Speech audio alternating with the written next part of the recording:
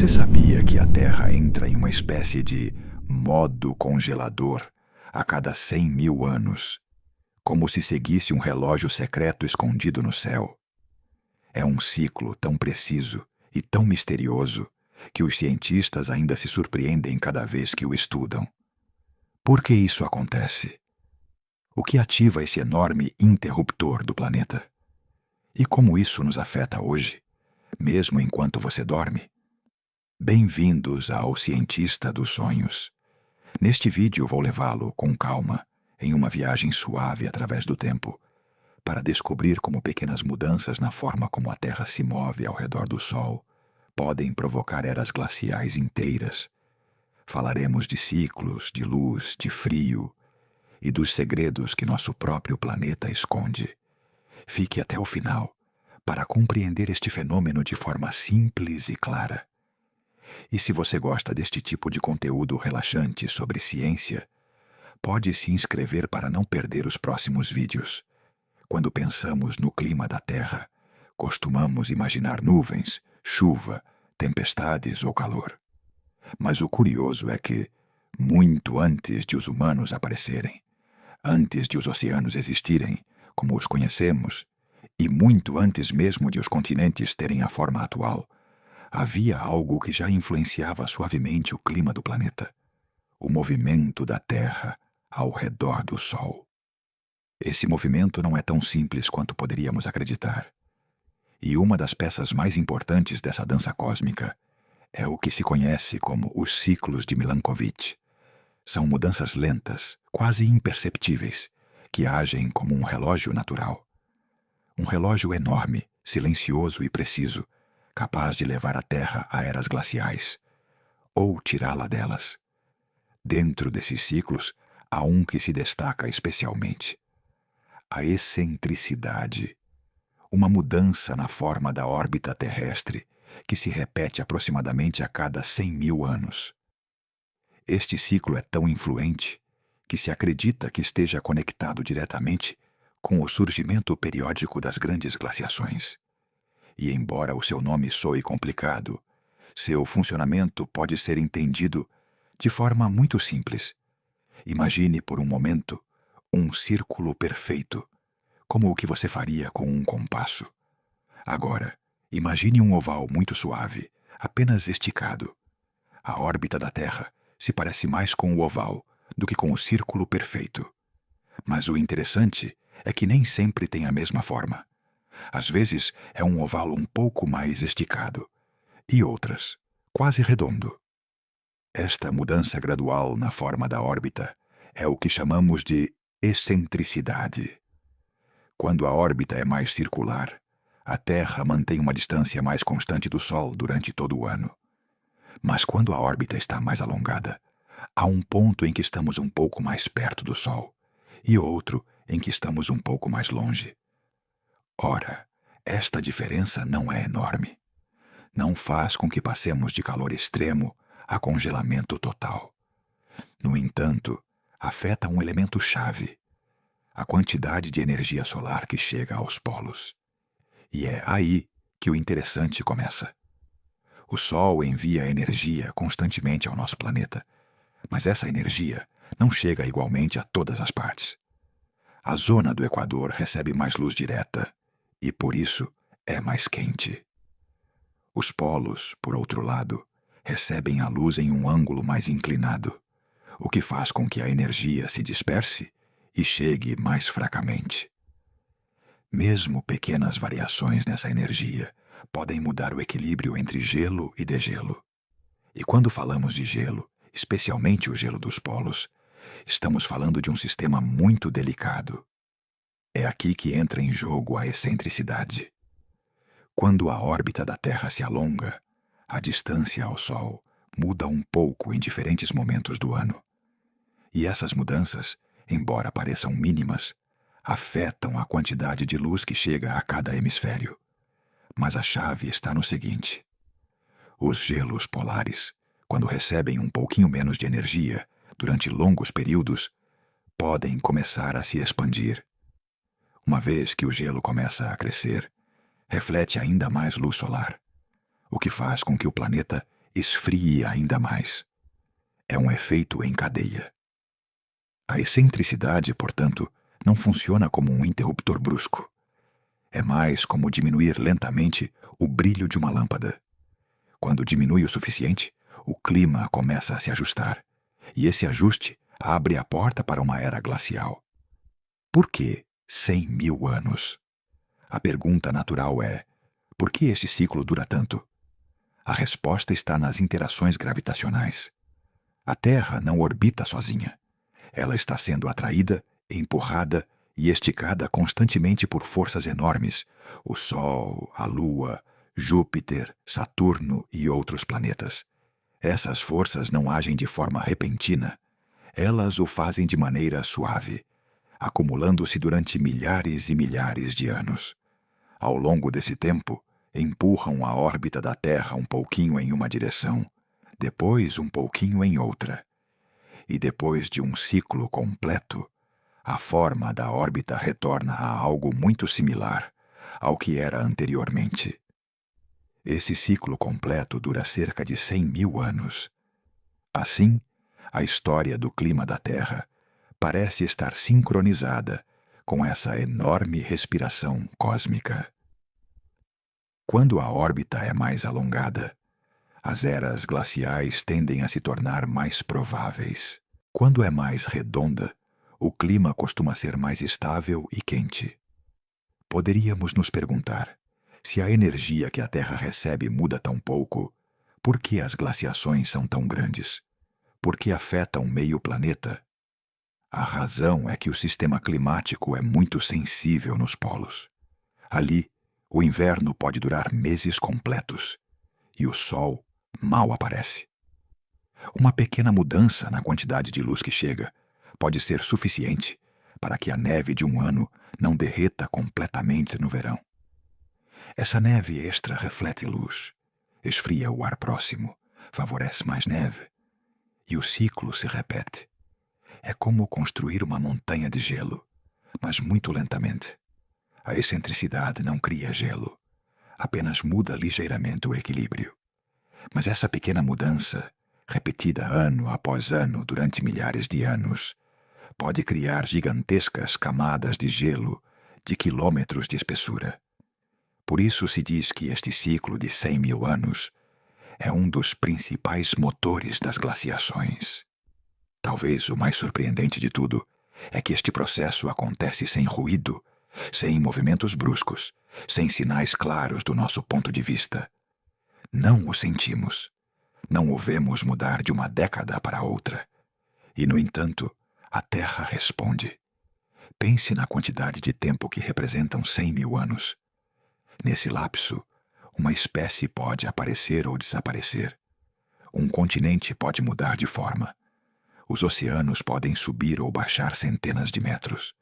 E enquanto tudo isso acontece, a órbita da Terra segue seu ciclo, avançando lentamente de uma forma mais circular para uma um pouco mais ovalada, e depois retornando novamente. Esse ciclo aconteceu uma e outra vez durante milhões de anos. Aconteceu desde antes de os dinossauros existirem e continuará acontecendo depois de nós. Imagine uma fogueira que aquece um grupo de pessoas em uma noite fria. Se todos se aproximam um pouco, sentem mais calor.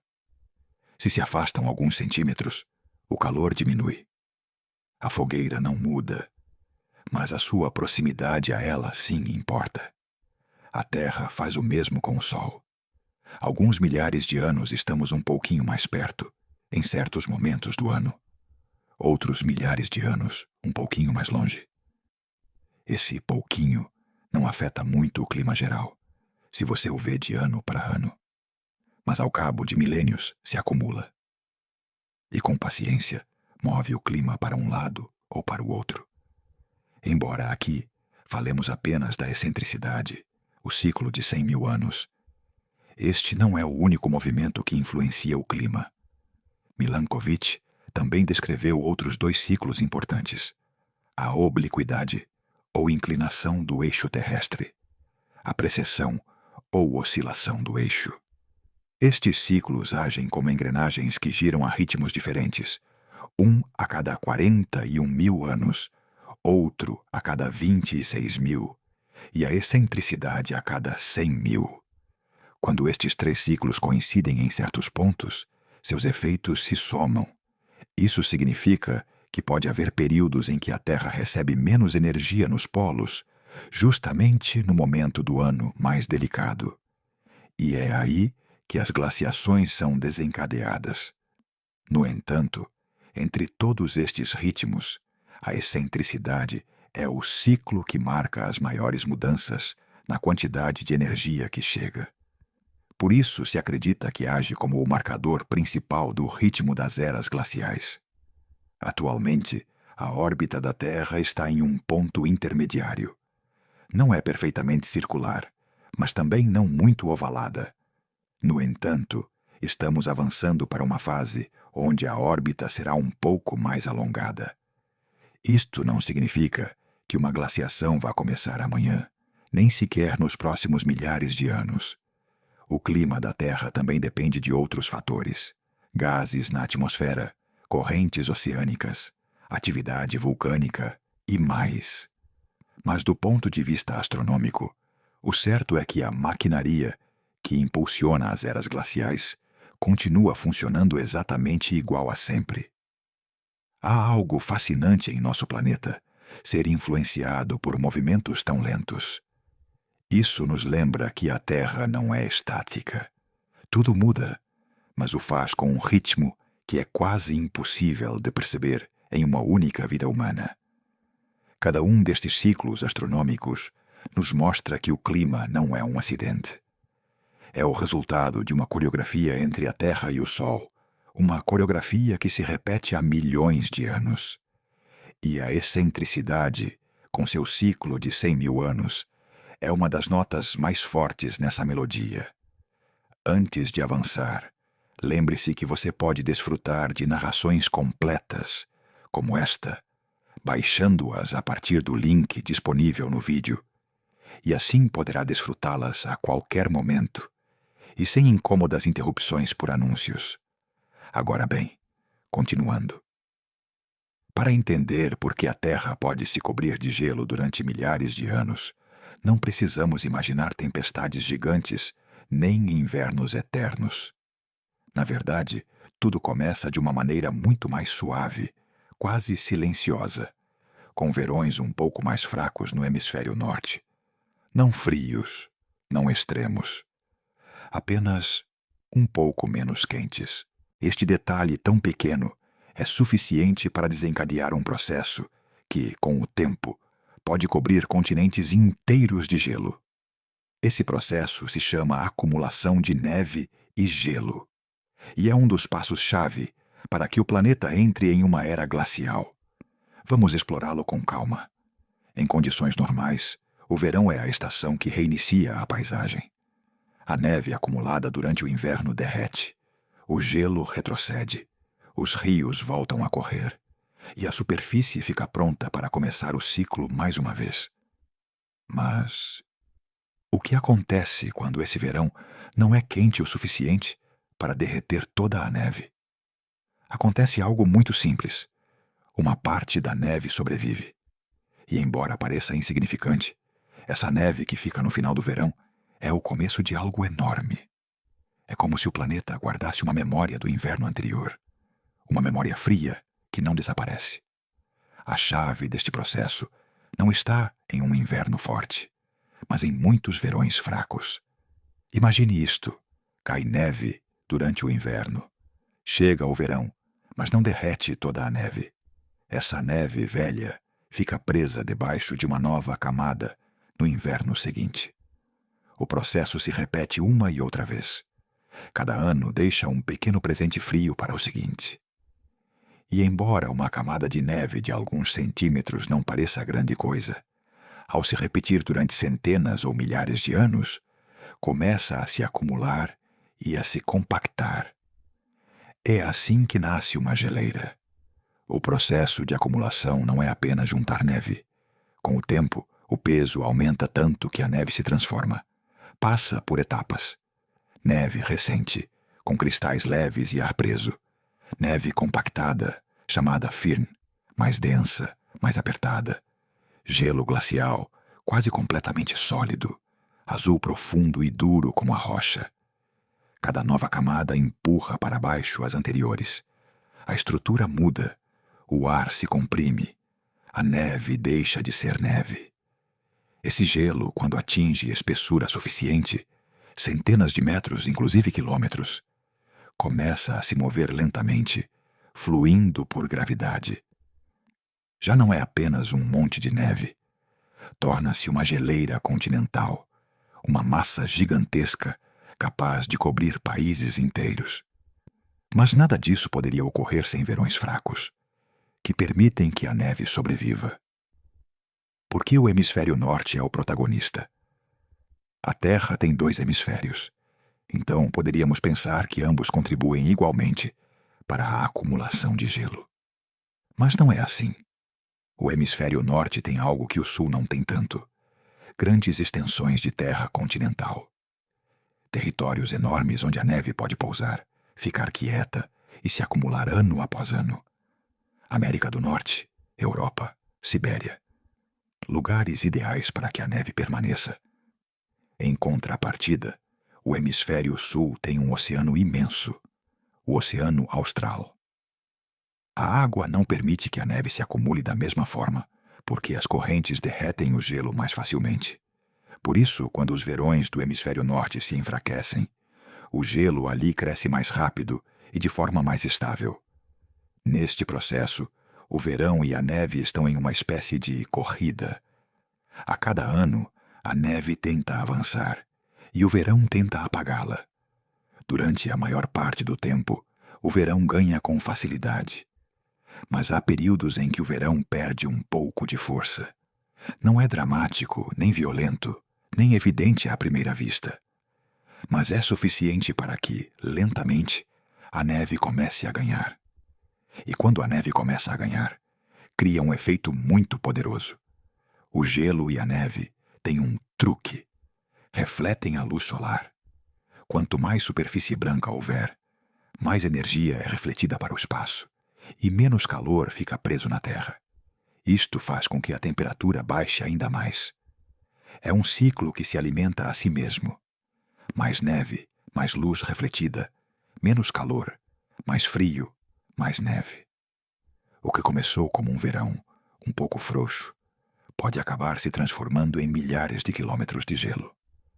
Cada ano deixa uma camada distinta de neve, igual aos anéis de uma árvore, contam o seu crescimento. Se pudéssemos cortar uma geleira como um bolo gigantesco, veríamos milhares de camadas finas de gelo acumulado. Algumas finas, outras grossas. Algumas com pó vulcânico. Outras com bolhas minúsculas de ar preso há 50.000 ou 100.000 anos. Essas camadas são como páginas de um enorme livro de história climática. E todas começaram com a mesma condição: um verão muito fraco para apagar completamente o inverno anterior. Quando a acumulação supera o degelo durante milhares de anos, o gelo cresce em altura e em extensão. Chega um ponto em que a gravidade começa a atuar. Uma geleira não fica quieta. Ela se move. Muito devagar, mas se move. Flui como uma massa espessa. Desce em costas. Empurra rochas, esmaga vales, rasga montanhas, abre novas rotas para rios que ainda não existem. O mais surpreendente é que, embora se mova muito lentamente, às vezes apenas alguns centímetros por dia, sua força acumulada transforma a paisagem de forma irreversível. Mas tudo isso começa com uma simples acumulação de neve que o verão não pôde derreter.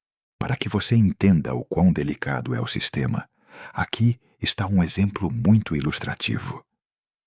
Se em um verão a temperatura média cair apenas 1 grau Celsius, essa pequena diferença pode permitir que sobreviva uns 5% a mais de neve. Esse 5% no ano seguinte permite que o 6% sobreviva. E assim, camada após camada. Não é necessário que a temperatura caia de repente. A acumulação funciona como um cofrinho. Enche-se pouco a pouco. O Sol não ilumina todas as regiões do planeta da mesma maneira. Nos polos, a luz chega com um ângulo muito inclinado, o que faz com que a mesma quantidade de energia se distribua em uma superfície maior. Por isso os polos são frios. Mas quando o verão é fraco no hemisfério norte, este efeito se amplifica. O pouco calor que chega não é suficiente para reverter a acumulação do inverno. Imagine tentar derreter um cubo de gelo com uma lanterna fraca. Você pode apontar a luz durante horas, mas se não for intensa o suficiente, o gelo continuará ali. O mesmo acontece com os verões frios no norte. São muito fracos para limpar toda a neve. Se pudesse ser visto do espaço em câmera rápida, a acumulação seria impressionante. Um pontinho branco, depois uma mancha maior, depois uma enorme extensão. Finalmente um continente inteiro coberto de gelo. Mas em tempo real, na vida cotidiana, não se sente. As pessoas que viviam há dezenas de milhares de anos provavelmente não notavam que seu clima estava mudando lentamente. Para elas, os invernos e os verões pareciam normais. Mas o gelo avançava, silencioso, constante, seguindo regras que não dependem do ser humano, mas sim do equilíbrio delicado entre a luz solar e a neve. Como se mede a acumulação de gelo? Hoje em dia, os cientistas podem estudar este processo de várias maneiras, analisando núcleos de gelo perfurados na Groenlândia ou na Antártida, estudando rochas arrastadas por geleiras antigas, observando os sedimentos que o gelo deixou ao retroceder, usando modelos climáticos que simulam milhares de anos de acumulação e degelo. Estes estudos mostram que durante as grandes eras glaciais, a neve acumulada que sobrevivia a cada verão podia superar vários metros de espessura por ano. Parecem números pequenos, até que se somam vários milhares de anos. A acumulação de gelo não ocorre de maneira uniforme. As montanhas são especialmente importantes, porque aprisionam nuvens carregadas de umidade, esfriam o ar que sobe, fornecem superfícies frias, onde a neve se acumula sem derreter. Muitas geleiras continentais começaram em cadeias montanhosas do norte, como os Alpes, os Apalaches, os Urais ou as montanhas da Escandinávia. Dali, o gelo se expandiu para as terras baixas e avançou como uma enorme maré branca. O mais importante deste segmento é entender isto.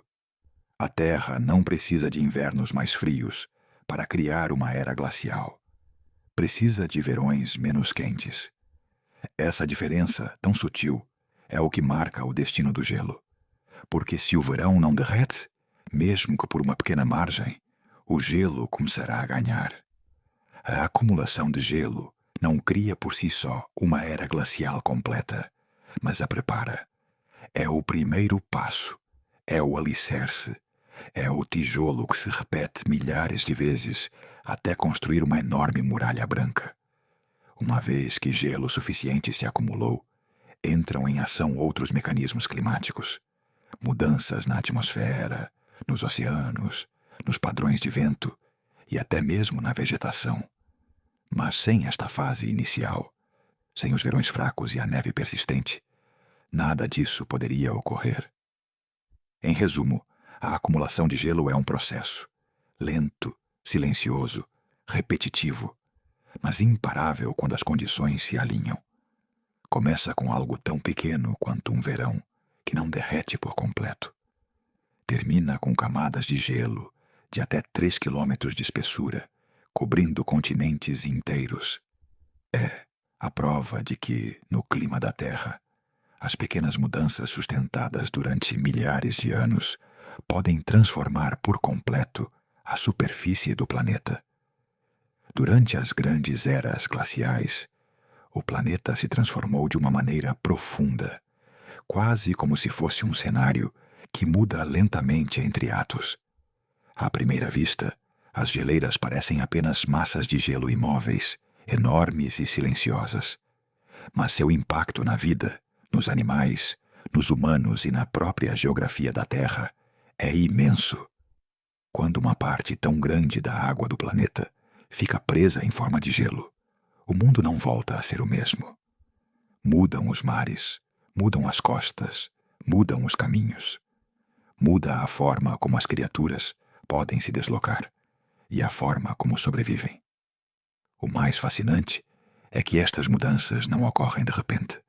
Não há um dia exato em que as águas recuam, nem um momento particular em que aparece um novo caminho. Tudo ocorre devagar, quase imperceptivelmente, até que um dia, depois de milhares de anos, o planeta tem uma forma diferente. E em meio a estas mudanças lentas, a vida encontra novos espaços, novas rotas e novas possibilidades. Durante uma glaciação, as geleiras se expandem tanto que armazenam quantidades gigantescas de água. Todo o gelo acumulado na Groenlândia, na América do Norte, na Eurásia e em outras regiões não é apenas neve congelada, é água que antes estava nos oceanos. À medida que o gelo cresce e cresce, o nível do mar começa a baixar. Não é uma descida brusca, mas um lento retrocesso que, com o passar de milhares de anos, pode chegar a ser de mais de 100 metros. Imagine por um momento quanta água deve ficar presa para que os oceanos baixem tanto. É como se a Terra inteira respirasse para dentro. Quando o nível do mar baixa, coisas extraordinárias começam a acontecer. Regiões que antes estavam submersas emergem pouco a pouco, deixando a descoberto planícies imensas que conectam continentes. Uma das mais famosas é Beringia, uma ponte natural que apareceu entre a Sibéria e o Alasca. Hoje essa zona está separada por um mar frio, o Estreito de Bering. Mas em tempos glaciais era uma planície larga, coberta de vegetação resistente, que unia a Ásia à América do Norte de forma contínua. Essa ponte de terra foi fundamental para a história da vida no planeta. Permitiu que animais grandes como mamutes e bisões antigos cruzassem para novas terras em busca de alimento. Mas também permitiu que os seres humanos chegassem a um continente ao qual nunca haviam acessado antes. Sem essa descida do nível do mar, talvez a história das migrações humanas teria sido completamente diferente. A forma como as famílias viajaram, caçaram, se estabeleceram e acabaram povoando a América dependeu, em grande parte, dessa descida do mar. A paisagem de Beringia era fria, mas não era um deserto gelado. Era uma região rica em plantas duras, musgos, ervas resistentes ao vento e arbustos baixos. Era um ecossistema perfeito para animais capazes de sobreviver ao clima glacial. Ali se alimentavam mamutes lanudos enormes, de pelagem quente e presas curvas. Também vagavam cavalos selvagens, rinocerontes lanudos, leões gigantes e lobos primitivos que seguiam as manadas. A vida era dura, mas as oportunidades eram muitas.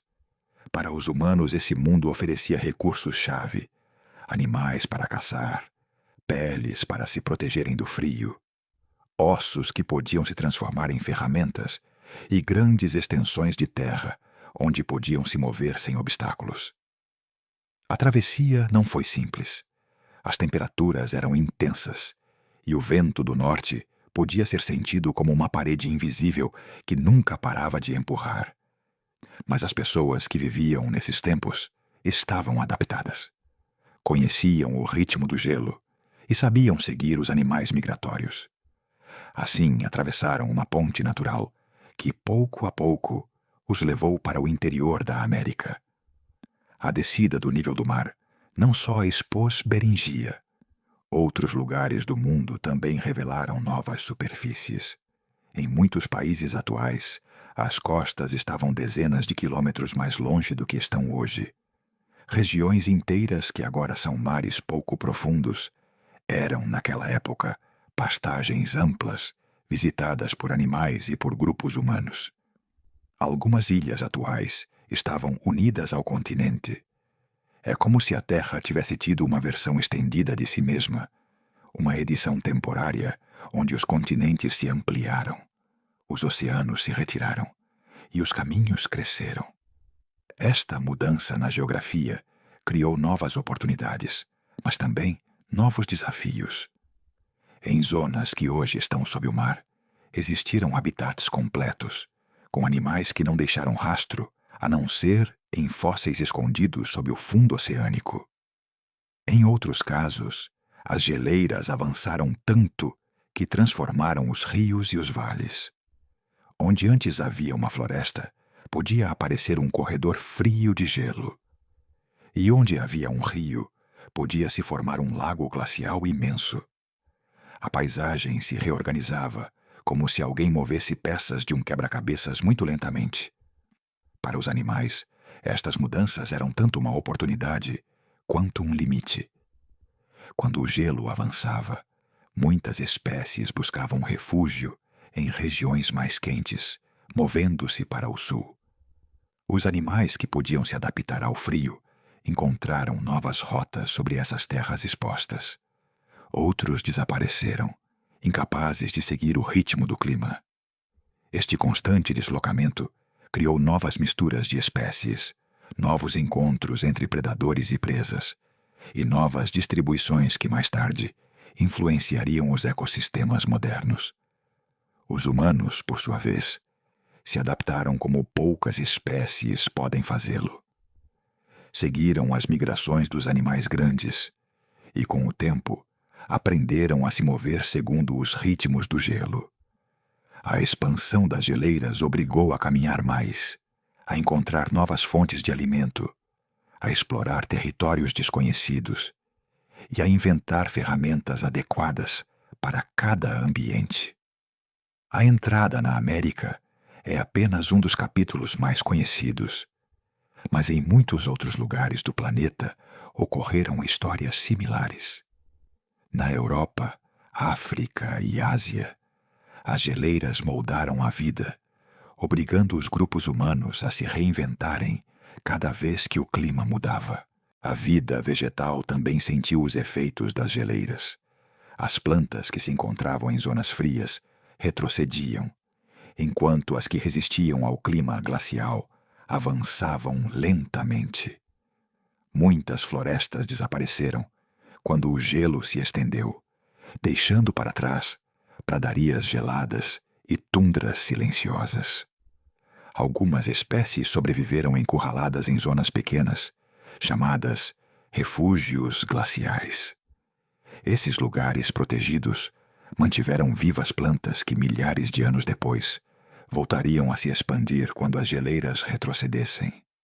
Um aspecto surpreendente desta história é como a descida do nível do mar conectou mundos que antes estavam separados.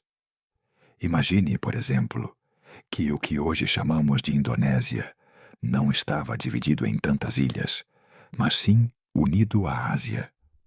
Na zona que agora é a Austrália e Nova Guiné, existia um supercontinente chamado Sahul.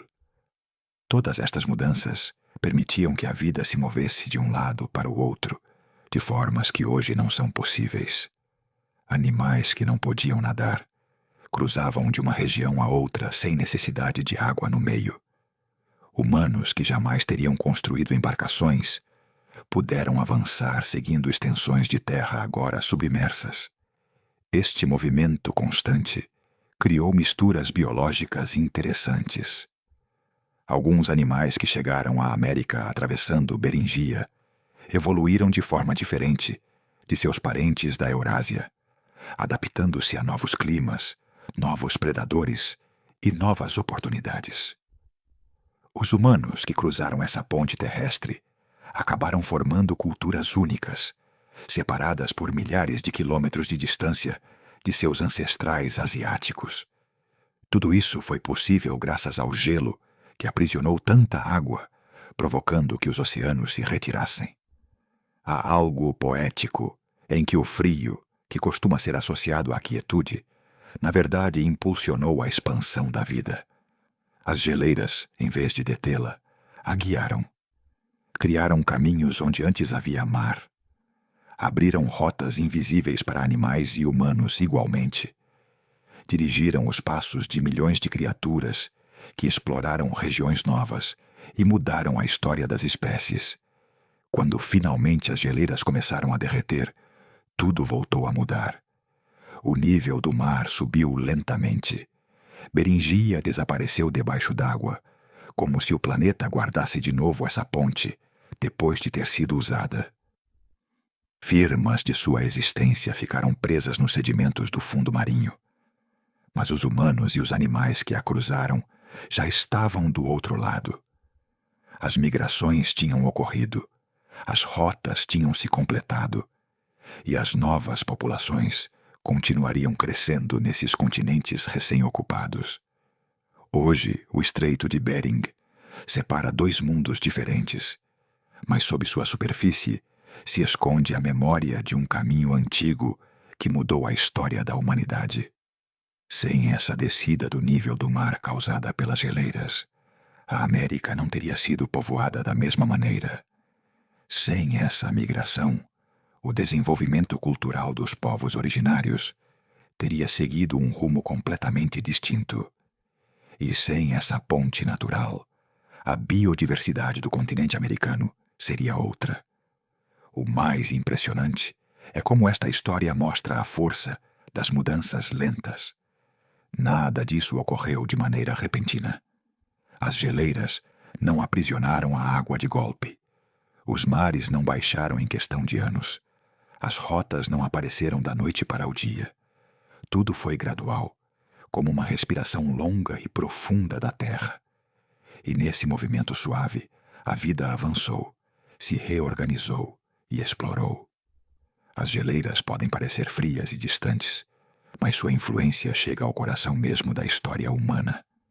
Determinaram rotas, fixaram limites, abriram caminhos. Graças a elas, os humanos puderam cruzar para continentes desconhecidos. E graças a essas migrações, as culturas que hoje existem têm raízes muito antigas que começaram com passos dados em um mundo transformado pelo gelo. Ao longo de centenas de milhares de anos, a Terra entra e sai de eras glaciais, como se seguisse um ritmo natural que só ela conhece. Durante cada ciclo, o gelo avança lentamente, cobre continentes inteiros, transforma a paisagem e baixa o nível do mar. Mas, mais cedo ou mais tarde, esse gelo começa a retroceder. O planeta volta a aquecer, os oceanos sobem outra vez e as geleiras derretem. O mundo entra em um período quente, um intervalo entre glaciações que chamamos interglacial. Nós, neste momento, vivemos em um desses períodos. Mas o que faz com que um ciclo glacial chegue ao seu fim? A resposta está em uma combinação delicada de fatores que se influenciam mutuamente durante milhares de anos. Mudanças na órbita terrestre, transformações lentas nos oceanos, variações nos ventos, a respiração silenciosa dos solos congelados e o aumento de gases como o dióxido de carbono e o metano. Tudo isso forma uma cadeia de eventos que, pouco a pouco, derrete o gelo acumulado. Para compreendê-lo melhor, imaginemos a Terra dentro de uma grande história de equilíbrio. Durante a fase fria, o planeta guarda enormes quantidades de água em forma de gelo. É como se o mundo estivesse acumulando energia congelada. Mas esse equilíbrio não é permanente. Há momentos em que o sistema começa a se inclinar para o calor. E quando isso acontece, os mares voltam a se expandir. A primeira peça-chave nesse processo é a posição da Terra em relação ao Sol. O movimento do planeta não é fixo nem perfeito. Muda com o tempo. Há momentos, a cada certas dezenas de milhares de anos, em que a órbita se inclina ou gira, de forma que o hemisfério norte começa a receber um pouco mais de luz solar durante o verão. E essa luz adicional, ainda que sutil, tem um efeito importante. Se o verão se torna um pouquinho mais quente, a neve acumulada durante o inverno começa a derreter com maior facilidade.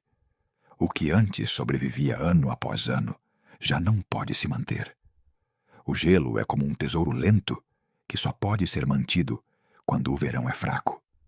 Assim que o verão recupera força, a balança se inclina para o degelo. A cada ano, um pouco mais de neve derrete. A cada ano, o gelo retrocede apenas alguns metros. E embora no princípio isto não pareça significativo, com o tempo se torna um efeito acumulativo. Mas o calor adicional do Sol não é a única causa.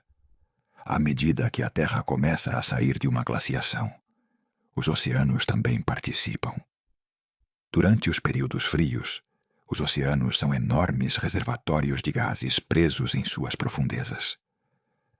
Quando o planeta começa a aquecer, as correntes oceânicas se reorganizam, sobem águas profundas para a superfície e liberam gradualmente dióxido de carbono. Este gás, que havia estado guardado durante milhares de anos nas águas profundas, começa a escapar para a atmosfera. Essa liberação de CO2 não é rápida nem explosiva. É como se o oceano exalasse lentamente. No entanto, mesmo essa exalação suave tem consequências significativas. O dióxido de carbono prende parte do calor que a Terra tenta devolver ao espaço, criando uma espécie de manta fina ao redor do planeta.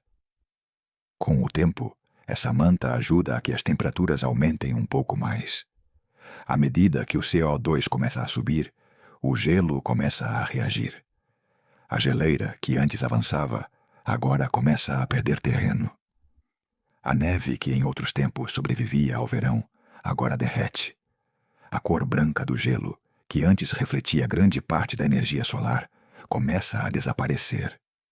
E ao desaparecer, deixa expostas rochas escuras, solos, montanhas e vegetação, que absorvem mais calor. O planeta, pouco a pouco, entra em uma fase de retrocesso glacial. Além do dióxido de carbono, outro gás desempenha um papel crucial: o metano. Durante as glaciações, grandes extensões de terra permanecem congeladas como o permafrost. Nessas camadas geladas ficam presas matérias orgânicas, restos de plantas antigas e micro-organismos que estiveram adormecidos durante milhares de anos. Mas quando o clima esquenta e o gelo derrete, esta matéria orgânica começa a se decompor. Esse processo libera metano, um gás que aquece ainda mais do que o CO2. O metano age como um acelerador natural do degelo, especialmente nos primeiros milhares de anos do fim do ciclo glacial. O planeta está mudando lentamente, mas os efeitos se somam de maneira constante. Mais luz solar no verão, mais dióxido de carbono dos oceanos, mais metano dos solos. Tudo se combina para impulsionar o planeta para uma etapa mais quente.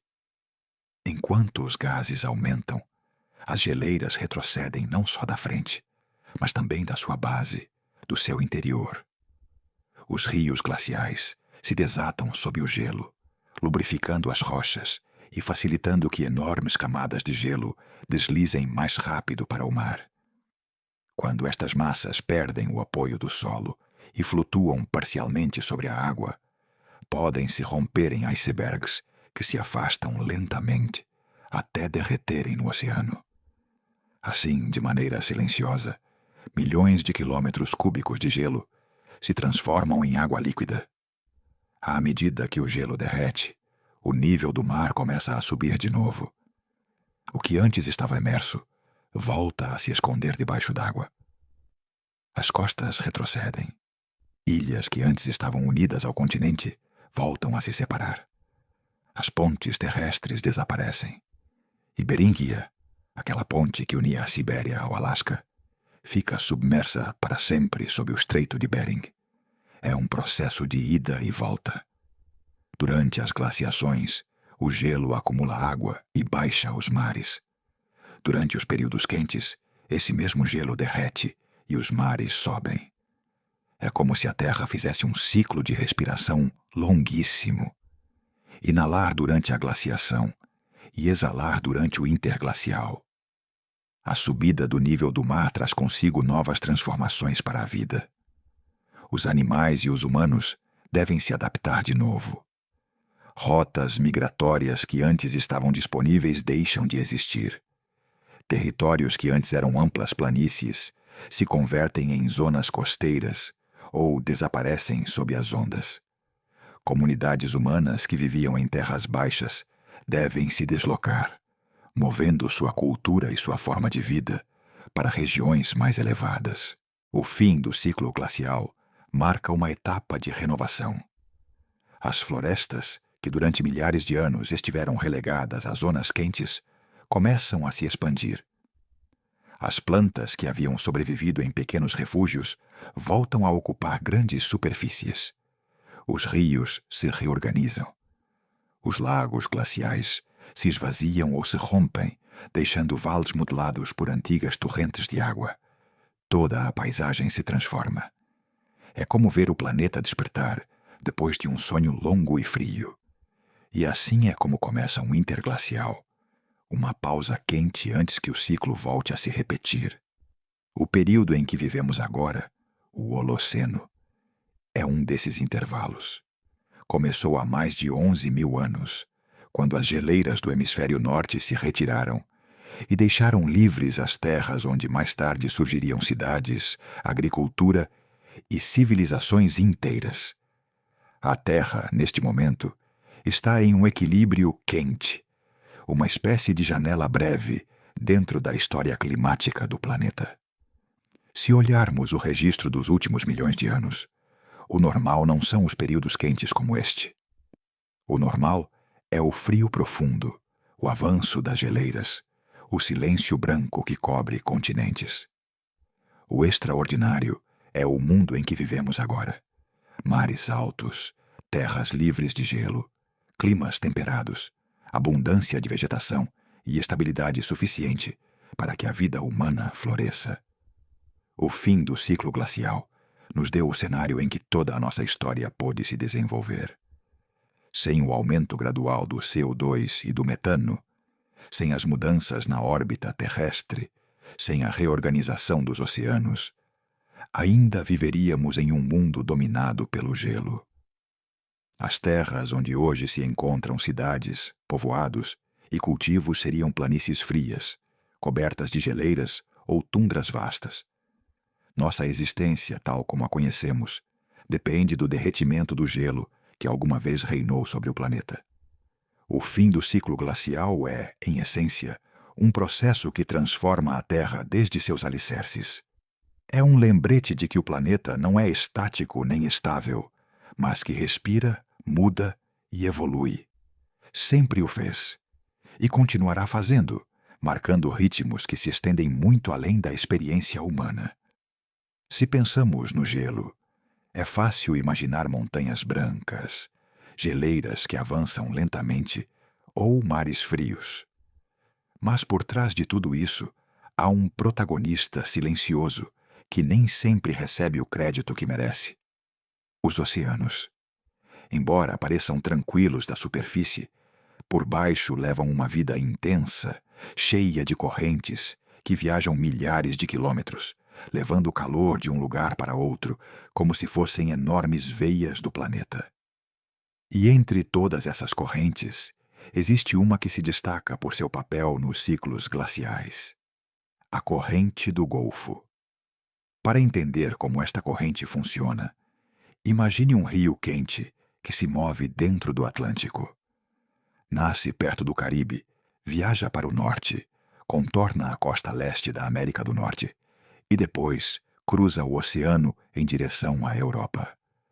Leva uma enorme quantidade de calor, tanto que, graças a ela, a Europa é muito mais temperada do que deveria ser para sua latitude. Cidades como Londres ou Paris têm invernos suaves que seriam impensáveis se não existisse esta corrente quente empurrando ar temperado para o continente. Mas este rio invisível nem sempre flui com a mesma força. Durante as glaciações, sua energia se enfraquece. A razão não é uma só, mas um conjunto de fatores que começam muito longe da Europa, no gelo que se acumula no hemisfério norte. Quando as glaciações avançam, enormes quantidades de água ficam presas nas geleiras.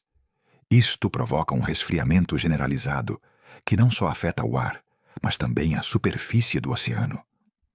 As águas do Atlântico Norte se tornam mais frias, mais densas e mais paradas. E a corrente do Golfo, que depende de diferenças de temperatura e salinidade, para se mover, começa a perder força. Para ver isto com clareza, imaginemos o oceano como um mecanismo complexo composto de camadas. Em condições normais, as camadas de água quente e fria se misturam e afundam em distintos pontos, permitindo que as correntes fluam de forma contínua. Mas em uma glaciação, a água superficial do Atlântico Norte se torna tão fria e tão doce, graças ao derretimento parcial de gelo e à falta de evaporação, que perde uma parte de sua densidade natural.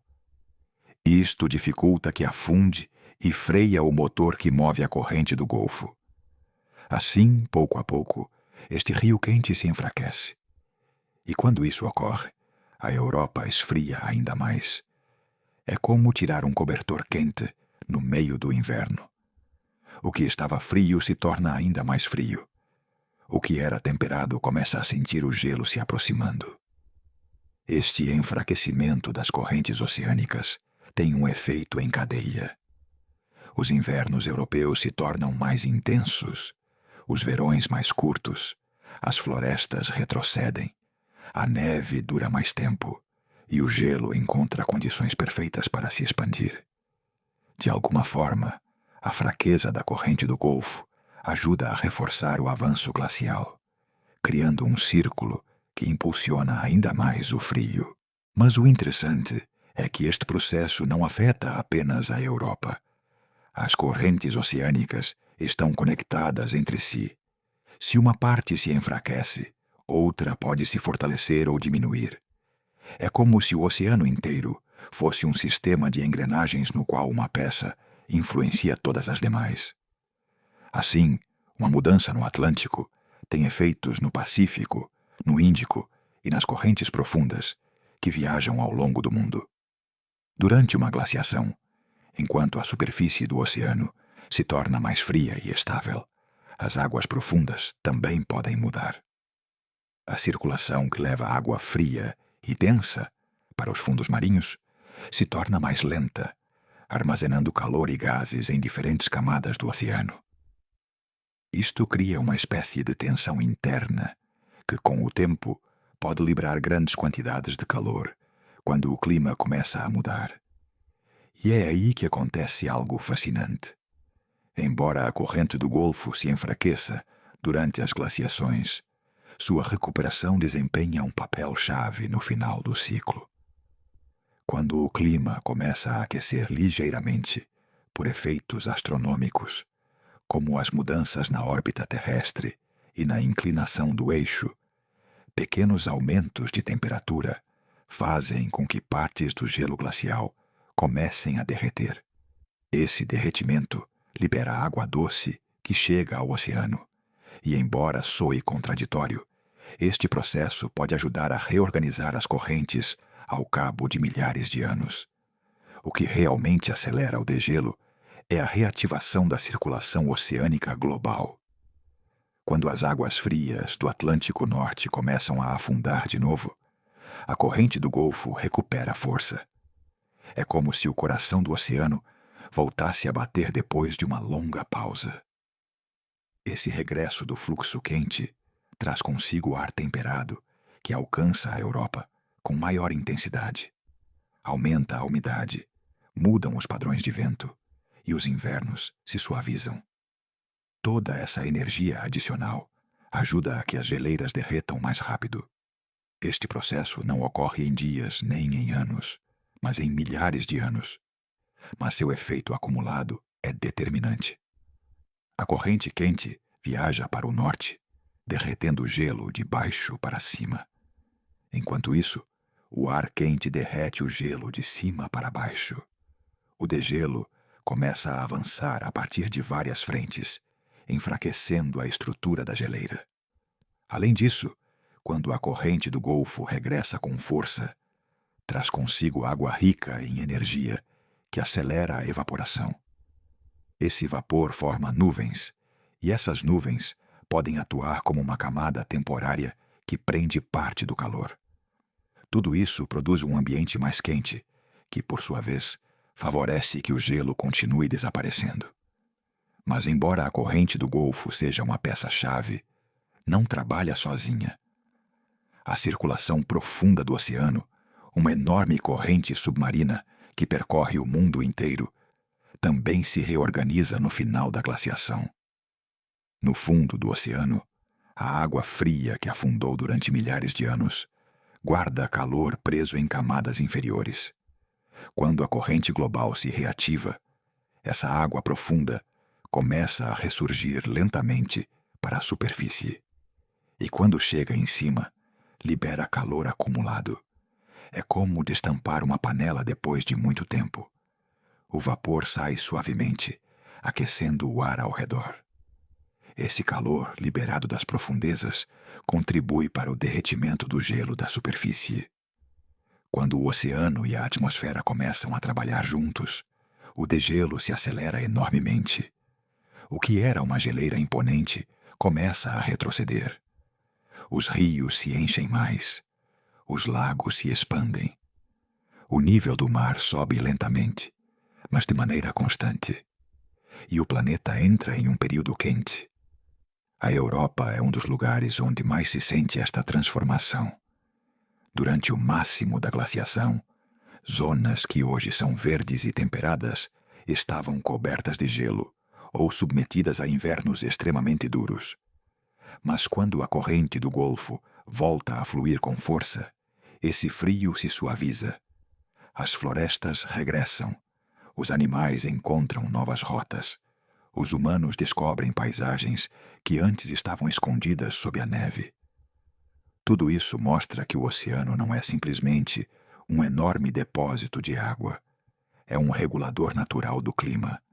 E a corrente do Golfo é uma de suas ferramentas mais poderosas. Há um detalhe muito interessante.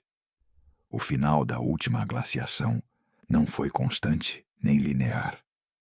Houve períodos onde o clima aqueceu rapidamente e outros onde voltou a esfriar de novo durante séculos. Muitas destas mudanças estão associadas a variações nas correntes oceânicas. Quando estas correntes se interrompiam pelo excesso de água doce das geleiras derretendo, a Europa podia voltar a sofrer invernos intensos. Mas quando se reativavam, o calor regressava com força. Isto demonstra que os oceanos têm memória, guardam sinais do clima passado e respondem de maneira complexa. Não são simplesmente massas de água que reagem ao Sol. São sistemas dinâmicos, cheios de movimentos internos que afetam todo o planeta. No final do ciclo glacial, essa memória oceânica é chave. Quando as correntes se reativam, mesmo uma pequena diferença pode se traduzir em uma grande mudança a longo prazo. Um oceano mais quente derrete mais gelo. Menos gelo significa mais absorção de luz solar por parte da Terra. E mais absorção significa mais calor que fica na superfície. Assim, o oceano e a atmosfera se retroalimentam, empurrando a Terra para um interglacial como o que vivemos hoje. Nosso mundo atual, com cidades portuárias, costas estáveis e climas temperados, existe porque os oceanos decidiram mudar de ritmo há milhares de anos. Se as correntes tivessem se mantido fracas, o gelo teria durado muito mais. Se tivessem recuperado força antes, o planeta teria entrado em um período quente muito antes do que o fez. A corrente do Golfo, em particular, tem sido uma peça central nesta história. É uma corrente quente que nunca descansa. Durante as glaciações se enfraquece, mas nunca desaparece. e quando se fortalece, muda o destino do planeta completo. No final do ciclo glacial, essa corrente se converte em uma espécie de mensageiro quente que anuncia o fim do frio. Chega primeiro ao Atlântico Norte, acaricia as costas da Europa, derrete gelo, aquece o ar e marca o início de uma nova etapa. É assombroso pensar que algo tão invisível e silencioso seja capaz de modificar a história climática da Terra. Sob a superfície do oceano, na profundidade de correntes que não podemos ver, se guardam parte das respostas de por que o gelo avança e por que, finalmente, retrocede. Entender o passado profundo da Terra é como escutar uma história contada em um sussurro. Nada do que ocorreu há centenas de milhares de anos está à vista, mas os rastros continuam ali, escondidos com paciência em camadas de gelo, em sedimentos do fundo do mar e em partículas minúsculas que sobreviveram à passagem do tempo.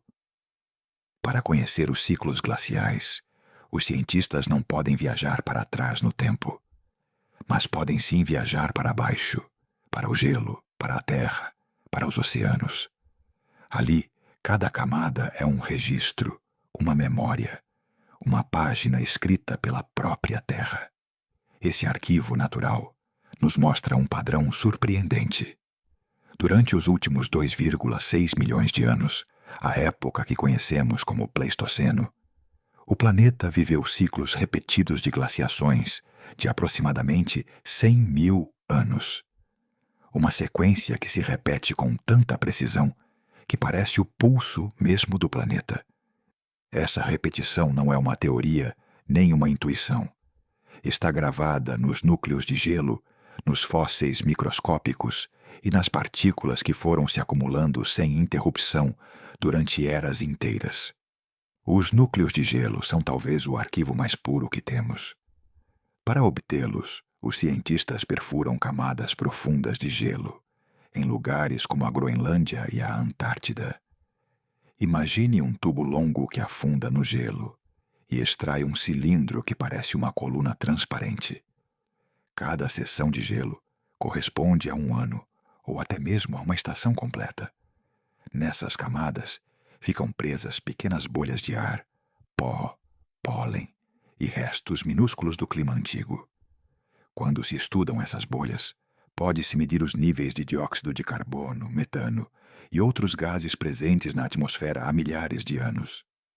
Ao observar esses registros, descobrem-se variações claras, marcadas como ondas. Há momentos em que o CO2 baixa muito e coincide com temperaturas frias. Há outros em que sobe e coincide com temperaturas quentes. Estas mudanças não são aleatórias. Formam padrões que se repetem, subindo e descendo com um ritmo lento que se encaixa nos ciclos astronômicos que afetam a órbita terrestre. Esse ritmo é de cerca de 100 mil anos, a mesma duração do ciclo de excentricidade que modifica a forma da órbita terrestre. Quando os cientistas observam um núcleo de gelo profundo, estão literalmente olhando para trás centenas de milhares de anos. Os núcleos da Antártida revelam informação de até 800 mil anos no passado. E o fascinante é que as camadas de gelo mostram com clareza quando o planeta estava em uma glaciação e quando saía dela. Nos momentos de maior frio, os níveis de CO2 eram baixos, o gelo era mais grosso e a quantidade de pó na atmosfera aumentava, provavelmente porque as paisagens secas se expandiam. Nos momentos quentes, o CO2 subia de forma evidente, o gelo derretia e a Terra respirava de novo. Mas as provas não estão apenas no gelo. No fundo dos oceanos se encontra outro tipo de arquivo igualmente poderoso: os sedimentos marinhos. Na profundidade do mar, ano após ano, partículas mínimas caem lentamente e se acumulam, formando camadas finas como folhas de um livro que nunca para de ser escrito. Essas camadas contêm conchas microscópicas de organismos marinhos chamados foraminíferos. O interessante destes diminutos seres é que seus esqueletos registram a temperatura da água no momento em que viveram. Os sedimentos marinhos são, por assim dizer, diários secretos da temperatura do oceano. E quando os cientistas extraem núcleos de sedimentos e analisam as camadas, podem reconstruir como era o clima oceano por oceano, região por região. Assim como com o gelo, descobrem ciclos que sobem e descem com regularidade. Ciclos que mostram invernos longos, verões suaves, períodos quentes e períodos gélidos, todos alinhados com a mesma cadência de aproximadamente 100 mil anos. Nestes sedimentos marinhos, além disso, aparece outro detalhe revelador. Os organismos marinhos, quando formam suas conchas, incorporam oxigênio da água. Esse oxigênio existe em duas versões naturais: oxigênio 16 e oxigênio 18. Durante as glaciações, a água mais leve com oxigênio 16 fica presa nas geleiras. Isto faz com que a água do oceano se torne relativamente mais rica em oxigênio 18. Quando os foraminíferos morrem, suas conchas conservam esta proporção entre ambos os tipos de oxigênio, agindo como um registro químico do nível do gelo global. Assim, com apenas olhar a composição destas conchas microscópicas, pode-se saber quanto gelo havia na Terra em um dado momento. O surpreendente é que esta proporção também oscila em ciclos regulares, coincidindo novamente com os 100 mil anos. É como se o mar e o gelo tivessem chegado a um acordo para deixar a mesma assinatura uma e outra vez.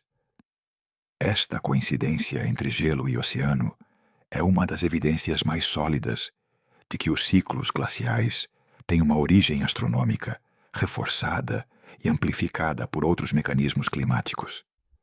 Não se trata de um fenômeno isolado, mas de uma dança entre o Sol, a Terra, o oceano e a atmosfera que se repete com uma ordem surpreendente. E o mais importante, esta evidência geológica não aparece apenas em um lugar isolado, mas em múltiplas regiões do planeta. Na Groenlândia, por exemplo, o gelo conta uma história muito diferente da Antártida, porque se trata de um hemisfério distinto, influenciado por mudanças próprias do Ártico e do Atlântico Norte. No entanto, quando os registros são comparados, o padrão geral coincide: épocas de gelo intenso, seguidas por épocas mais quentes, cada uma separada por dezenas de milhares de anos.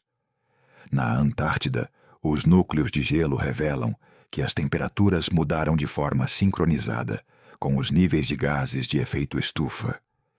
Cada glaciação mostra um aumento de pó no ar, o que indica que os continentes eram mais secos e havia menos umidade em circulação. Também mostram que, quando um ciclo glacial terminava, o CO2 começava a subir antes que as geleiras derretessem por completo. Esta relação entre gelo e gases presos é uma prova direta de como os oceanos e a atmosfera interagem durante estes ciclos. Quando os cientistas analisam os sedimentos marinhos do Atlântico Norte, do Pacífico e do Índico, encontram a mesma história uma e outra vez. Registros separados por milhares de quilômetros coincidem entre si como peças de um quebra-cabeças que se encaixam com precisão. Isso significa que as mudanças climáticas não foram fenômenos locais.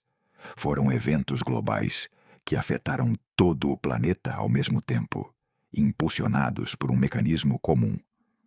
Uma das coisas mais surpreendentes é que os ciclos glaciais nem sempre foram idênticos. Há mais de 1 milhão de anos, as glaciações seguiam um ciclo mais curto, de 41 mil anos, influenciado fortemente pela inclinação do eixo da Terra. Mas há cerca de 1,2 milhões de anos, o sistema climático mudou de comportamento. Os ciclos de 100 mil anos começaram a dominar. Esta mudança é conhecida como a transição do Pleistoceno Médio. Os sedimentos marinhos registram claramente essa transição.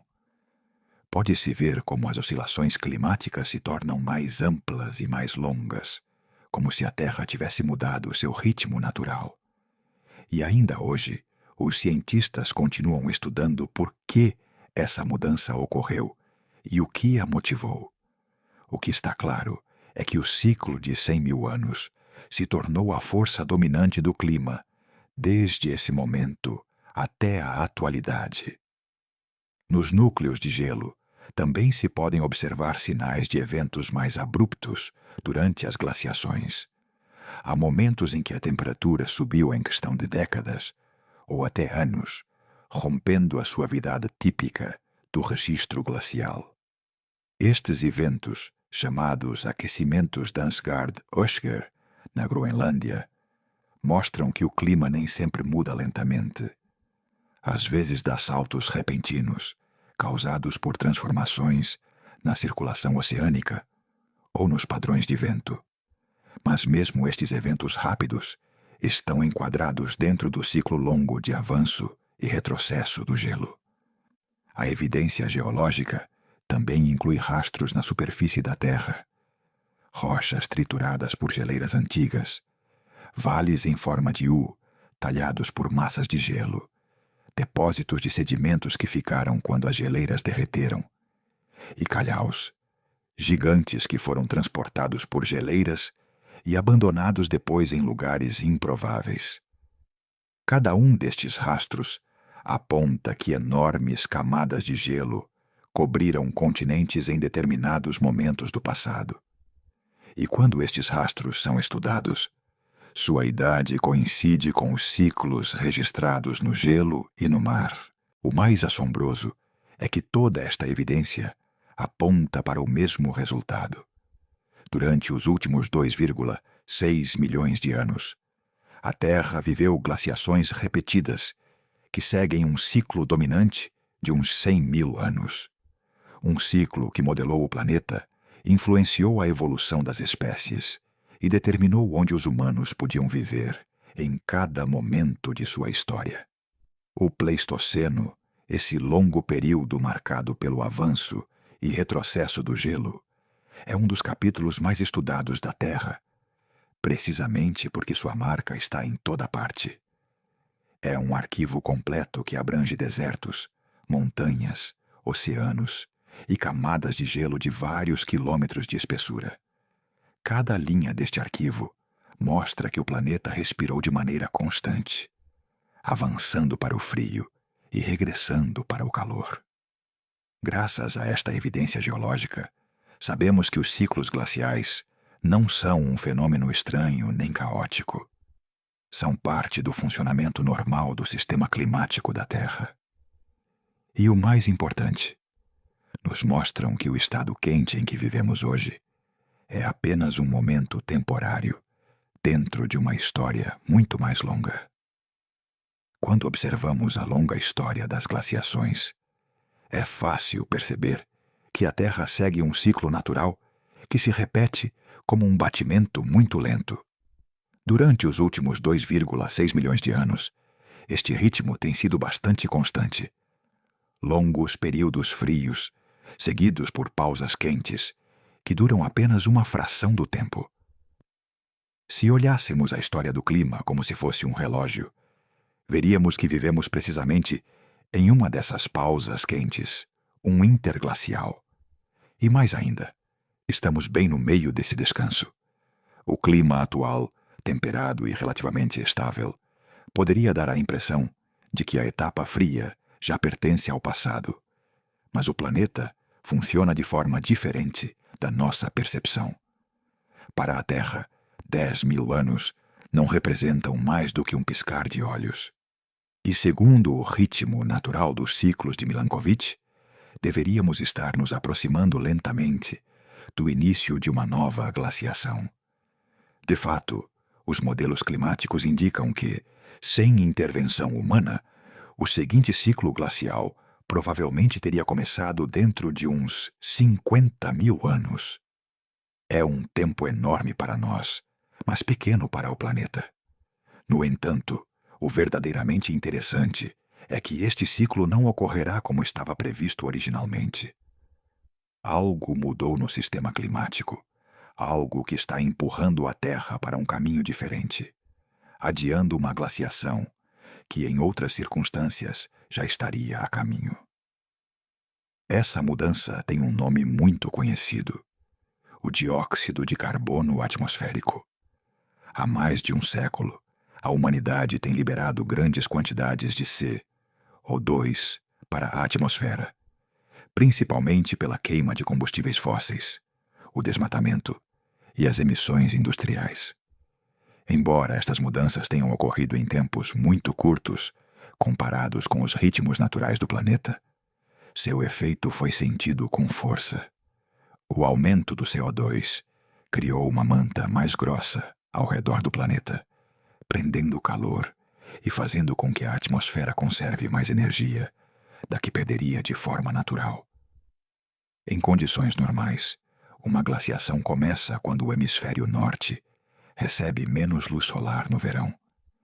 Esse pequeno resfriamento sazonal permite que a neve sobreviva mais um ano, e depois outro e outro. Mas esse resfriamento inicial necessita de um planeta muito sensível a pequenas mudanças. E neste momento, a Terra não se encontra nesse estado.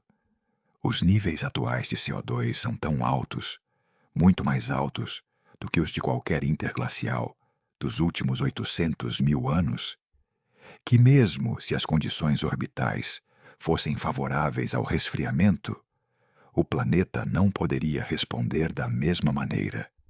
É como se o clima tivesse se tornado menos fácil de empurrar para o frio. Antes, uma ligeira mudança orbital era suficiente para começar o longo caminho para uma glaciação. Agora, esse pequeno empurrão não é suficiente para superar a barreira térmica criada pelos gases de efeito estufa. Os estudos geológicos e os modelos climáticos modernos sugerem que esta concentração elevada de CO2 não só atrasará a seguinte glaciação, mas poderia adiá-la dezenas de milhares de anos adicionais. Em outras palavras, o ciclo natural de 100 mil anos está se esticando. O planeta não entrará em um período glacial enquanto mantiver seus níveis de CO2 acima de certo limiar. E esse limiar já o superamos. Isto significa que, embora o relógio orbital siga sua marcha e volte a ser criada a combinação de fatores necessária para que uma glaciação comece, a atmosfera simplesmente não responderá como antes. O CO2 age como um peso colocado sobre uma mola, que já não pode baixar o suficiente para que o gelo avance. Assim, o momento natural que teria dado início à próxima glaciação ficará suspenso. O surpreendente é que estas conclusões não são simples projeções. Baseiam-se em comparação com ciclos passados registrados em gelo, sedimentos marinhos, fósseis e em modelos que reproduzem fielmente o comportamento do clima durante os últimos milhões de anos. Cada um desses registros mostra que no passado, a Terra nunca entrou em uma glaciação, quando os níveis de CO2 estavam tão altos como agora. Por isso, muitos especialistas acreditam que o planeta não verá o começo do próximo ciclo glacial, durante pelo menos os próximos 50 mil anos, e possivelmente muito mais. Em certo sentido, isto deteve temporariamente um ritmo que o planeta vinha seguindo há milhões de anos. Entramos em uma espécie de pausa prolongada, uma extensão artificial do interglacial atual. E embora os ciclos naturais continuem aí, como engrenagens silenciosas, o clima já não responde igual. A Terra mudou sua melodia, ou pelo menos a atrasou para um futuro muito distante. E assim, neste momento da história, vivemos em um planeta que respira diferente de como o fez sempre. Um planeta que, por agora, deixou em espera seu próximo período glacial. Ao terminar esta viagem por ciclos de frio e calor, por mudanças lentas na órbita e enormes geleiras que avançam e retrocedem, fica um ensinamento suave, mas poderoso. A Terra tem ritmos que não dependem de nós, ritmos que existiam muito antes de aparecermos e que continuarão existindo quando já não estivermos. Durante milhões de anos, o planeta dançou entre eras glaciais e momentos quentes. E cada um desses ciclos moldou montanhas, oceanos, paisagens inteiras, e até mesmo nossas próprias migrações como espécie. No entanto, também fica claro que hoje vivemos um momento único, um momento diferente de qualquer outro registrado nos núcleos de gelo, nos sedimentos marinhos ou na memória geológica do planeta. Pela primeira vez, a atividade humana teve o poder de alterar ligeiramente esse ritmo natural. Não o deteve por completo, mas o atrasou, como se tivéssemos movido o ponteiro de um relógio que marcava a mesma sequência há milhões de anos. As geleiras do passado moldaram caminhos, conectaram continentes, guiaram animais e os primeiros humanos. Nos deixaram paisagens que hoje percorremos sem saber que foram talhadas por massas de gelo enormes. E embora o presente esteja livre de glaciações, a história que deixaram continua falando conosco, lembrando-nos que a Terra está sempre mudando, mesmo quando seus movimentos são muito lentos, para que possamos percebê-los. Cada ciclo glacial foi uma enorme respiração do planeta, um suspiro de frio seguido de um hálito quente. E em meio a essas mudanças, a vida sempre encontrou formas de se adaptar, avançar e florescer. O mesmo fazemos nós hoje. Não importa quão lento ou profundo seja o ritmo da Terra, continuamos sendo parte dele. Este vídeo termina aqui, mas a história do planeta continua, escrita em gelo, em oceanos, em rochas e no céu. Uma história que convida a observar com calma, a escutar sem pressa e a maravilhar-se com os segredos que o mundo que habitamos guarda. Se deseja desfrutar destas narrações em formato relaxante, sem anúncios e com uma experiência mais fluida, encontrará um link na descrição do vídeo onde poderá baixá-las. São versões desenhadas para acompanhá-lo enquanto descansa, estuda ou simplesmente busca um momento de calma, sem interrupções.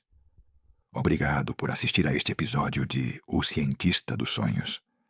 Se você gostou desta viagem suave pelos ciclos glaciais e quer continuar explorando a ciência de uma forma tranquila e relaxante, convido você a se inscrever, deixar um like e ativar o sininho. Assim não perderá os próximos vídeos. Descanse, cuide da sua mente. E nos vemos no seguinte sonho científico.